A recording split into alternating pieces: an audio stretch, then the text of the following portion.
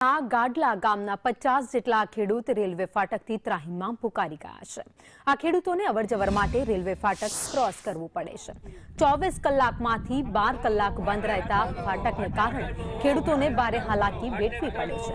ફાટક રાતના 8 વાગ્યા બાદ અને સવારના 8 વાગ્યા પહેલા ખુલતું નથી, ત્યારે આ સમસ્યાનો ઉકેલ નહીં આવે તો ગાડલા ગામના ખેડૂતો ઉગ્ર આંદોલન કરશે તેવી ચીમકી ઉચ્ચારી છે।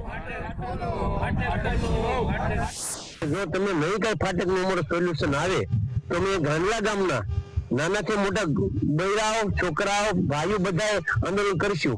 પછી ત્યારે ની કોઈ તકલીફ પડે તો જવાબદાર સરકારશ્રી રહેશે।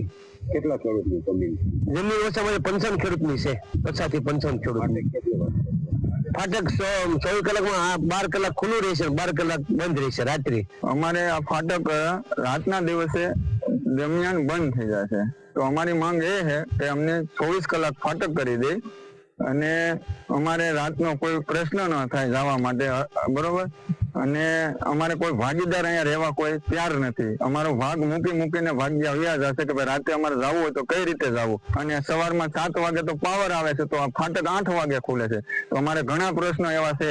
રાત્રે અમારે કોઈ નીણ, પૂળા, માંડવી એવું કઈ સારું હોય તો અમારે કોઈ રસ્તો નથી બીજો।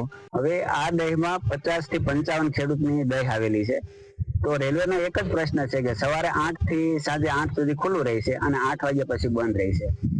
હવે અહીંયા ભાગ્યા હોય એ લોકોને બૈરાઓ કે માતાઓ પ્રેગ્નેન્ટ હોય તો એને દવાખાને જવા માટે બહુ વધારે પ્રોબ્લેમ થાય છે।